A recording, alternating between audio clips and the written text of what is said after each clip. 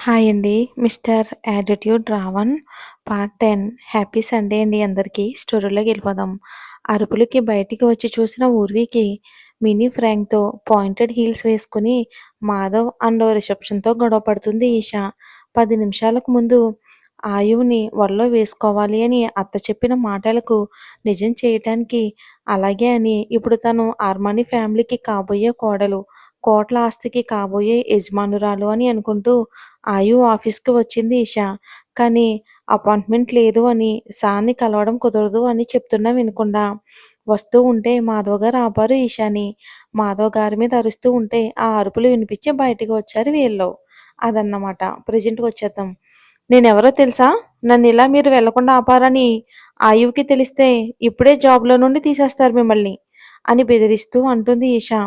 ఊర్వి, ఈష అవతారం చూసి మొహం చిట్లిస్తూ ఆయువ్ సార్‌కి ఇలాంటి వాళ్ళతో ఫ్రెండ్‌షిప్ ఉందా? అని సైలెంట్‌గా చూస్తూ ఉంది ఊర్వి. మాధవ్ గారు, మేడం మీరెవరైనా కానివ్వండి. సార్ రెస్ట్ తీసుకుంటున్నారు. నైట్ నుండి హెవీ వర్క్‌తో ఇప్పుడే కొంచెం ఫ్రీ అయ్యి పడుకున్నారు. ప్లీజ్ దయచేసి మీరు వెయిట్ చేయండి. లేకపోతే మళ్ళీ రండి అంటాడు ఎంతో సౌమ్యంగా మాధవ్ గారు. కానీ ఇషా మాత్రం నన్నే వెయిట్ చేయమంటారా? నన్ను! నేనెవరో తెలుసా? ఆయువుకి కాబోయే భార్యని అని అంటుంది. ఇక ఆ మాటతో అందరూ షాకు. ఊర్వి అయితే ఇంకేదో ఆలోచిస్తూ ఒక్కసారిగా డింపుల్ వైపు చూసింది కోపంగా.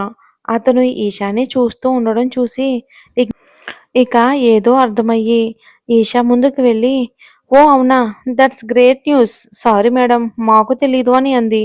తను ముందుకు వచ్చి నిలబడిన ఊర్విని చూసి, ఇదేంటి ఇంత అందంగా ఉంది, అయినా మనకెందుకులే అని లైట్ తీసుకుని ఊర్వి ఎలా అనగాని ఒకంత గర్వంతో, అవును నిన్ననే అనౌన్స్ చేశారు అంది పొగరుగా. అప్పుడు అర్థమైంది ఊర్వికి ఆయువుకి చెయ్యికి ఎలా గాయం అయ్యిందో. అందరి ముందు ఇంకేమీ అనలేక అలా తనకు తానే గాయం చేసుకున్నాడు అని అర్థమయ్యింది. ఊర్వి డింపుల్ వైపు చూసి సాన్ని తీసుకుని రా అని చెప్పింది. ఇక మారు మాట్లాడకుండా ఓకే మేడం అని వెళ్తున్న అతన్ని ఊర్విని కోపంగా చూసింది. ఒక ఎంప్లాయ్ చెప్తే బాస్ రావడం ఏంటి? వాడు మేడం అంటూ మారు మాట్లాడకుండా అలా నడుచుకుంటూ పోతూ ఉన్నాడు. విజయ్‌కి అసలు ఏమీ అర్థం కావట్లేదు. అలా ప్రేక్షకుల్లా చూస్తూనే ఉన్నాడు. డింపుల్ ఆయువు దగ్గరికి వెళ్ళి ఆయువుని లేపాడు. సార్, ఊర్వి మేడం మిమ్మల్ని కిందకి రమ్మంటున్నారు అని చెప్పగానే, ఊర్వి ఒళ్ళో ఉండాల్సిన నేను ఇలా ఉన్నానేంటి అనుకుని, ఊర్వి రమ్మంటుందా? ఎనీ సీరియస్ డింపుల్ అని లేచి కోట్ వేసుకుంటూ డింపుల్ అది అది అని నసుకుతుంటే ఆయు టెన్షన్‌గా నా బంగారానికి ఏమైంది? అంతా ఓకేనా? అని అడుగుతాడు ఆయు ఊర్విని. ఇక బంగారు అనడంతో డింపుల్ ఒక్కసారిగా ఆశ్చర్యపోయి వెంటనే తేరుకుని ఆ! మేడంకి ఏం కాలేదు సార్. మీరు వస్తే మీకే తెలుస్తుంది. తొందరగా రండి అని అంటాడు. ఆయు కంగారుగా కిందకి వెళ్తాడు. ఊర్వి ఊర్వి పక్కన విజయ్‌ని చూసి కొంచెం కోపంతో ఊర్వి పక్కకు వస్తాడు ఆయు. ఊర్వి ముందు క్రాస్ లెగ్స్ వేసి కూర్చుని ఉన్న ఈశాని చూసి అక్కడ ఏం జరిగిందో ఒక అంచనాకి వస్తాడు. ఆయు రాగానే ఈషా హాయ్ ఆయు అని ఏదో చెప్పబోతూ ఉంటే హూ ఆర్ యూ అని చాలా కోపంగా అడుగుతాడు ఆయు ఈశాని. అది విని డింపుల్, మాధవ్ గారు కనీ కనబడకుండా నవ్వుతారు. కానీ ఈషా చూస్తుంది. తన ఇగో బాగా దెబ్బతింటుంది పాపం. అందరి ముందు పరువు పోయిందిగా. ఊర్వి వైపుకి చూసి నువ్వెందుకు కిందకొచ్చావు అని అంటాడు ఈశాన్ని పట్టించుకోకుండా. ఆమె ఊర్విపై కోపం రాదు, కానీ కోపాన్ని నటిస్తూ అంటాడు.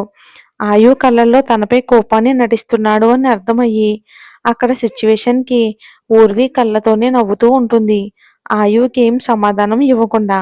ఆమె కళ్ళల్లో నవ్వుకి తనని తను మర్చిపోయి ఊర్వినే చూస్తూ ఉంటాడు. అది డింపుల్‌కి అర్థమయ్యి చిన్నగా దగ్గుతాడు అని. ఇక ఆయు ఆ సౌండ్‌కి తేరుకుని విజయ్‌ని చూస్తాడు. అతడెందుకొచ్చాడు? అండ్ నా బంగారం పక్కన నిల్చోవడం ఏంటి? అని కళ్ళతోనే ప్రశ్నిస్తాడు. అది మాధవ్ గారు అర్థం చేసుకుని పార్టీ గురించి చెప్పడానికొచ్చారు సార్. ఆయు నాకు ఇంట్రెస్ట్ లేదు అని చెప్పి వెళ్ళిపోమంటాడు. విజయ్ ఇంకా రాంగ్ టైంలో వచ్చానని ఇంకేం చెప్పకుండా అలా సైలెంట్‌గా అతనికి అనుమానంగాను వస్తే మొదటికే మోసం వస్తుందని ఆయు ఇక ఊర్వి తనని వదిలి రావటం అస్సలు ఇష్టం లేక తన వైపు చూస్తూ ఎందుకు కిందకొచ్చావు అని ఊర్విని మళ్ళీ అడుగుతాడు. అది వర్క్ ఉంది అందుకే అని చెప్తూ ఉంటే నాకంటే నీకు వర్క్ ఇంపార్టెంటా అని అడుగుతాడు. ఈషాకి ఇదంతా చూస్తూ ఉంటే ఊర్విపై కోపం వస్తూ ఉంటుంది. ఆయు అని పిలుస్తుంది. హౌ డేర్ యూ అని కోపంగా చూస్తాడు. అతని కోపానికి వణికిపోతుంది. గొంతులో మాట అలానే ఆపేస్తుంది. డింపుల్ ఎవరిని పడితే వాళ్ళని ఇలా లోపలికి రానిచ్చారంటే అని కోపంగా చూస్తాడు. సారీ సార్ ఇప్పుడే క్లియర్ చేస్తాను అని ఈషాని చూశాడు. డింపుల్ ఈషా ఊర్వినే చూస్తూ ఉంటే ఆయు గమనించి ఊర్వి అడ్డుగా వచ్చి నిలబడి వాట్ అని అంటాడు కోపంగా. ఇంక ఈషా కోపంతో వెళ్ళిపోతుంది. ఆమె వెళ్ళిపోగానే ఆయు ఊర్వి చెయ్యి పట్టుకుని పైకి తన రూంలోకి తీసుకుని వెళ్ళి డోర్ లాక్ చేస్తాడు. నన్ను వదిలి వెళ్తావా? దీనికి నీకు ఖచ్చితంగా పనిష్మెంట్ ఇవ్వాలి అని తనని గట్టిగా హత్తుకుని తన కౌగిట్లో బంధిస్తాడు ఆయు ఊర్విని. తనంటే నీకంత పిచ్చి ప్రేమేంట్రా బాబు నాకైతే అర్థం కావట్లేదు మన ఆయు సార్కి. చూద్దాం వదలండి అని ఊర్వి ఆయుని వెనక్కి తోస్తూ గించుకుంటూ ఉంటుంది. నువ్విలా చేస్తే ముద్దు పెట్టుకుంటానని తన్ని ముద్దు పెట్టుకుపోతాడు. ఊర్వి అలాగే బిగుసుకుపోతూ ఉంటుంది. ఆమె కదలకపోవడంతో చిన్నగా నవ్వుకుని ఇంకా గట్టిగా హత్తుకుంటాడు. అతని పట్టికి ఊపిరి అందక మెల్లిగా ఊపిరి అందట్లేదు అంది. నేను అందించనా అని అన్నాడు అల్లరిగా. ఊర్వి ఆయు నుండి బలంగా విడిపించుకుంది. ప్లీజ్ సార్ మీరు ఇలా చేయటం నాకు నచ్చట్లేదు. అంటే అని అన్నాడు గంభీరంగా. అతను గొంతులో వచ్చిన మార్పుకు కొంచెం తడబడుతూనే మీకు నాకు సెట్ అవ్వదు. కనపడేదంతా నిజం కాదు అంది. మీకు నా గతం ఏమీ తెలీదు అని మనసులో అనుకుంటూ అంటే అంటే అని తడబడుతూ మీరెక్కడా నేనెక్కడా మీ స్టేటస్కి అన్ని విధాలుగా మీకు తగిన వారిని చూసుకోండి. ఆమె మాట పూర్తి కాకుండానే ఆయు తనని గట్టిగా పట్టుకుని ఇంకొంచెం మెడపై చెయ్యి వేసి తనని ముద్దు పెట్టుకున్నాడు. అతని చర్యకి షాక్ అయ్యి బొమ్మలా బిగుసుకుపోయింది. ఏం జరుగుతుందో అర్థం కావట్లేదు ఒక్క క్షణం. ఆమె తేరుకుని అతని వెనక్కి తోస్తూ ఆమె వీపుపై కొడుతున్నా కూడా ఆయు ఊర్విని వదల్లేదు.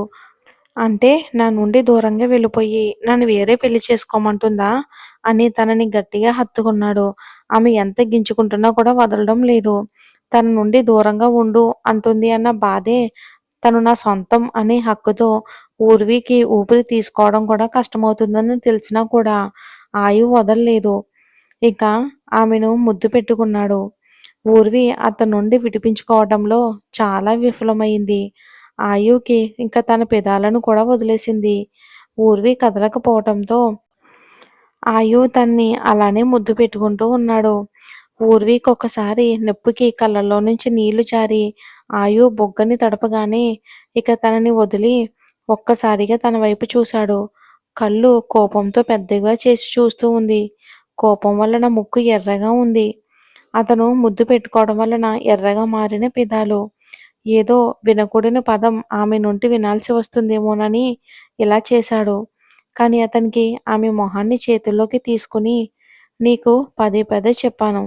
నువ్వు నాకు ఎస్ చెప్పకపోయినా పర్వాలేదు కానీ నా నుండి ఇంచు కూడా దూరంగా వెళ్ళినా మాట్లాడినా నేను ఒప్పుకోను. ఎన్ని జన్మలైనా నువ్వు నా దానివే. కేవలం నా దానివి. నీకు నచ్చినా నచ్చకున్నా అని కోపంగా చూస్తూ ఆమెని చూస్తూ ఉన్నాడు. తనని గట్టిగా హత్తుకున్నాడు. ఒక్కసారిగా తనని వదిలి కాసేపటికి నా మీద సర్వ హక్కులు నీకు మాత్రమే ఉన్నాయి. ఇందాక నాపై కమెండింగ్గా నన్ను కిందకి రమ్మన్నావు చూడు అది నువ్వు. సరే ఓకేనా? పిచ్చి పిచ్చి మాటలు నా నుండి దూరమయ్యే పనులు చేశావనుకో ఈ ప్రపంచంలో ఎక్కడ ఉన్నా సరే నిన్ను వెతికి వెతికి మరీ తీసుకొచ్చి నా దాన్ని చేసుకుంటాను అని అంటాడు ప్రేమగా ఆమె కళ్ళల్లోకి చూస్తూ. ఊర్వి ఆయువుని విడిపించుకుని పైకి వచ్చి చాలాసేపు అయ్యింది. నేను వెళ్తాను. టీంకి వర్క్ ఇవ్వాలి అని అంటుంది. ఆయువు కూడా వర్క్ ఉండడంతో ఓకే బంగారు అని నేను డ్రాప్ చేస్తా. నేను చెప్పిందే నువ్వు విను అంతే. లేకపోతే ఇప్పట్లాగా ఇంకా ఆగను దీంతో కలిపి అని గంభీరంగా అంటాడు. సరే ఇక పద బంగారం అని ఊర్వి చెయ్యి పట్టుకుని కిందకి వెళ్తాడు. చెప్పినట్టుగానే తనే ఊర్విని డ్రాప్ చేస్తాడు ఇంటికి. తర్వాత తను వెళ్ళాకే వెళ్ళిపోయాడు. ఆఫీస్ నుండి కోపంగా వెళ్ళిన ఈషా ఏం చేయబోతుందో, ఎంత గొడవ పడుతుందో చూద్దాం. ఇంటికి వెళ్ళిన ఈషా కోపంగా ఇంట్లో సామాన్లన్నీ పగలగొడుతుంది. అది చూసి ప్రకాష్ గారు, ఏమైంది తల్లి? ఎందుకు అంత కోపంగా ఉన్నావు? ఆయువుని కలవడానికి వెళ్ళావు కదా! నిన్నేమైనా అన్నాడా? చెప్పు తల్లి అని ఈషా పగలగొట్టే యాంటిక్ పీసెస్‌ని తప్పించుకుంటూ అన్నాడు. నన్ను ఒక మనిషిలా కూడా చూశాడా? అది ఎవరితో పిలిస్తే పరిగెత్తుకుంటూ వచ్చాడు. అలాగే పొగరుగా నన్ను చూసిన చూపుని తట్టుకోలేకపోతున్నాను. నేనేంటో ఆయువుకి చూపిస్తాను. అలాగే దాన్ని కూడా ఆఫ్టర్ ఆల్ ఒక ఎంప్లాయీ ముందు నన్ను తక్కువ చేసి మాట్లాడతాడా? చూస్తాను. డాడీ అత్తకి కాల్ చేసి ఆయువుకి నాకు ఎంగేజ్‌మెంట్ ఫిక్స్ చేయమని చెప్పండి. ప్రకాష్ గారు ఫోన్ తీసుకుని దేవయానికి కాల్ చేసి విషయం చెప్తాడు. ఒకసారి ఈషాకి ఫోన్ ఇవ్వు అన్నయ్య. ఓకే అని ఫోన్ ఇస్తాడు. హలో ఈషా! నువ్వు ముందు నీ మాటలతో, నీ ప్రవర్తనతో ఆయువుని లోబరుచుకో. తర్వాత కథ నేను చూసుకుంటాను. నువ్వు కొంచెం నీ పద్ధతి మార్చుకో. నువ్వు తిరిగిన చిల్లరగాల్లా కాదు. అక్కడ ఉన్నది ఆయువర్మాని. అతన్ని నువ్వు చాలా తక్కువ అంచనా వేస్తున్నావు. ఆవలిస్తే పేగులు లెక్కబెట్టే రకం. తేడా వస్తే 5 నిమిషాల్లో నిన్ను నన్ను భూస్థాపితం చేస్తాడు. జాగ్రత్త. అతని దగ్గర కొంచెం ఈగో తగ్గించుకుని మాట్లాడు. ఆఫీసులో పెంట చేశావు కదా! కొంచెం పద్ధతిగా మళ్ళీ రేపు వెళ్ళి సారీ అడుగు. చాలా వినయంగా. ఓకేనా? దేవయాని చెప్తూ ఉంటే విని ఆయు క్యారెక్టర్‌కి కొంచెం భయంతోనే అలాగే అత్త అంది. ఫ్లాట్‌కి వచ్చిన ఊర్వి బెడ్‌పై కూర్చుని తల మోకాళ్ళపై పెట్టి అప్పటి వరకు బిగబట్టుకుని ఉన్న కన్నీళ్లకు స్వేచ్ఛనిచ్చింది. అసలు ఆ కన్నీరు ఎందుకో తనకే అర్థం కావట్లేదు. ప్రేమ. ఈ పదం తన జీవితాన్ని అల్లకల్లోలం చేసింది. మళ్ళీ 2 సంవత్సరాల తర్వాత మళ్ళీ అదే పదం. అసలు సిద్ధంగా లేదు తను. రోజూ భయంగా బ్రతుకుతూ ఉంది. ఏ వైపు నుండి ఏ ప్రమాదం వస్తుందో అని. తన వల్ల తనతో ఉన్న వాళ్ళకి ఏం జరుగుతుందో అని. కానీ ఆయువు అతన్ని నా మనసు కోరుకుంటుంది. అందుకేనేమో అతను ముద్దు పెట్టుకున్నా కనీసం కోపం రావట్లేదు. అతని కళ్ళల్లో నాపై కనిపించే భావం నన్ను కట్టిపడేస్తుంది. జరిగేది చూస్తూ ఉండడమే. సాధ్యమైనంత వరకు ఆయువు ముందు బయట పడకుండా ఉండాలి. అమ్మో! అతనికి తెలిస్తే నేను కోపంగా ఉన్నప్పుడే ఇలా ఉన్నాడు. ఒకవేళ నా మనసు అతన్ని కోరుకుంటుంది అని తెలిస్తే నో నేను తట్టుకోలేను. అలా జరగకూడదు అని లేచి ఫ్రెష్ అయ్యి వర్ష కోసం డిన్నర్ ప్రిపేర్ చేసే పనిలో పడింది. ఇక ఆయువు విల్లాలో నేరుగా తన రూమ్‌కి వెళ్ళి ఫ్రెష్ అయ్యి వచ్చి డ్రెస్ వేసుకుని మిర్రర్ ముందు నిలబడ్డాడు. తడిగా ఉన్న అతని హెయిర్‌ని డ్రై చేసుకుంటున్నాడు. మిర్రర్‌లో తనని తను చూసుకుంటున్నాడు. ఆమెకు ముద్దు పెట్టిన క్షణం గుర్తుకు వస్తుంటే చిన్నగా నవ్వుకుంటూ తన పెదాలు తడుముకుంటూ ఉన్నాడు. మిర్రర్‌లో తన ప్రతిబింబంలో ఊర్వి నవ్వుతున్న కళ్ళతో చూసిన ఆమె మొహమే కనబడుతుంది. అప్రయత్నంగా మిర్రర్‌ని తాకాడు. ఆమె అదృశ్యమైపోయింది. బంగారం చాలా గుర్తుకొస్తున్నావే. నిన్ను వదిలి క్షణం కూడా ఉండాలని లేదు. మళ్ళీ రేపటి వరకు నిన్ను చూడకుండా ఉండాలి.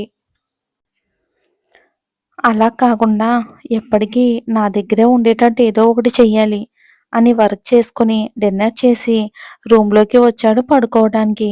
ఆయుకి ఎంతకీ నిద్ర పట్టక ఫోన్ తీసుకుని ఊర్వికి కాల్ చేశాడు. వంట చేసి టేబుల్‌పై పెట్టి ఫ్రెష్ అవ్వడానికి వెళ్ళి వచ్చి వర్ష కోసం వెయిట్ చేస్తూ ఉంటుంది. చైర్‌లో మ్యాగజైన్ చదువుతూ బెడ్‌రూమ్‌లో ఉన్న ఊర్వి ఫోన్ మోగుతూ ఉంటే అప్పుడే ఫ్రెష్ అయ్యి వచ్చిన వర్ష ఫోన్ చూస్తుంది. ఫోన్‌లో కనబడే నేమ్ చూసి అమ్మో! అని ఫోన్ పట్టుకుని ఊర్వి దగ్గరకు పరిగెత్తింది. ఏంటే అలా వస్తున్నావు? ఫోన్‌లో ఎవరు? నీ అని తొందరగా తీసుకుని మాట్లాడే బాబు. లేకపోతే ఫోన్ ఎత్తలేదని ఇంటికొచ్చినా వస్తాడు. వర్ష మాటలకు కోపంగా చూసి ఫోన్ తీసుకుని హలో అంది ఊర్వి. ఆమె గొంతు వినగానే ఆయుకి హాయిగా అనిపించింది. ఆమె స్వరాన్ని ఫీల్ అవుతూ బంగారు తిన్నావా? అని చాలా మృదువుగా అడిగాడు ఆయు. లేదు, ఇప్పుడే తినడానికి వెళ్తున్నాం. ఓకే, మీరు తినేంతసేపు నేను వెయిట్ చేస్తాను. పర్వాలేదు చెప్పండి. చెప్తున్నా కదా తినమని, ఫోన్ కట్ చేయకు అని అన్నాడు.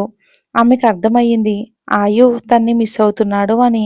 అతన్ని హర్ట్ చేయటం ఇష్టం లేక ఓకే అని డైనింగ్ టేబుల్పై ఫోన్ పెట్టి వర్ష ఊర్వి పక్కపక్కనే కూర్చుని సర్వ్ చేసుకుని తినడం స్టార్ట్ చేశారు. వర్ష తినుకుంటూ ఊర్వి వైపు చూసింది. దీని ఫేస్‌లో ఏదో తేడా కనబడుతుందేంటి అని ఇక తినడం ఆపేసి వర్ష ఊర్విని పరీక్షగా చూసింది. ఊర్వి వర్ష వైపు చూసి ఏమైంది? ఇది నన్నిలా చూస్తుందేంటి? అని మనసులో అనుకుంది. ఎందుకంటే ఆయు ఫోన్‌లోనే ఉన్నాడని వర్షకి ఏం తెలీదు. వర్షని ఏమీ అనకుండా, "ఏమైంది వర్ష అలా చూస్తున్నావు?" అని అంది. అవును ఊర్వి. నీ పెదాలేమైంది? కొంచెం స్వెల్లింగ్ అయినట్టు అండ్ ఏదో ఘాటు కూడా ఉంది. నీ కింది పెదవి పైన. ఏమైంది? అని అడిగింది. వర్ష అలా అడగగానే ఆయు తన్ని ఇక అలా పెట్టుకోవటం వల్ల నాకు గుర్తుకు వచ్చి ఫోన్‌లో అతను వింటున్నాడు అని వర్ష ఏదో అనబోతూ ఉంటే వర్ష నోటిపై చెయ్యిని పెట్టి మూసేసింది. ఇంకో చేత్తో ఫోన్ కట్ చేసింది. వర్ష ఊర్వి చెయ్యిని విడిపించుకుని, నిన్నే అడిగేది ఏమైందే? ఏం కాలేదు. నాకే కోపమొచ్చి కొరుక్కున్నాను అని అంది. ఎందుకే అంత కోపం? ఇప్పుడు నేనేమన్నానని అలా తినేసేలా చూస్తున్నావు? అని వాటర్ సిప్ చేసింది ఫోన్ చూస్తూ. ఆయుష్ సార్ ఇప్పటివరకు ఫోన్‌లోనే ఉన్నారు నువ్వడిగినప్పుడు. అంతే వర్ష ఒక్కసారిగా వాటర్ మొత్తం బయటకు ఊసేసింది. అంటే ఫోన్ పెట్టేయలేదా? లేదు. తర్వాత మాట్లాడతానంటే, ఏం కాదు వెయిట్ చేస్తాను. కాల్ కట్ చేయొద్దు అని అన్నారు. తినేటప్పుడు సైలెంట్‌గానే ఉంటాం కదా అని ఓకే అన్నాను. ఎందుకే నా జీవితంతో ఇలా ఆడుకుంటున్నావు? ఒక్క సైగ చేసినా సరిపోయేది కదే! సైలెంట్‌గా ఉండేదాన్ని. ఇప్పుడు మీ సారు నీకేదో అయిందనుకుని ఇక్కడికొచ్చినా వస్తాడే. నిన్ను పట్టుకుంటేనే మింగేసేలా చూస్తున్నాడు నన్ను. వామ్మో! నీకిప్పుడు గాయమయ్యిందని తెలిస్తే అమ్మో! నాకు చాలే. నేను తినను. Good night. ప్లీజే నన్ను మార్నింగ్ వరకు మర్చిపోవా? బాయ్ అని చెప్పేసి వెళ్లి పడుకుంది వర్ష.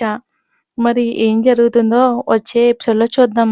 అంటే ఊర్వి గురించి ఇంకా రివీల్ చేయలేదు. తన గురించి గూడా చెప్తాను మీకు. స్టోరీ నచ్చితే లైక్ చేసి ఛానల్‌ని సపోర్ట్ చేయండి. హైప్ అనే బటన్ క్లిక్ చేయండి. Thanks for watching guys and happy Sunday.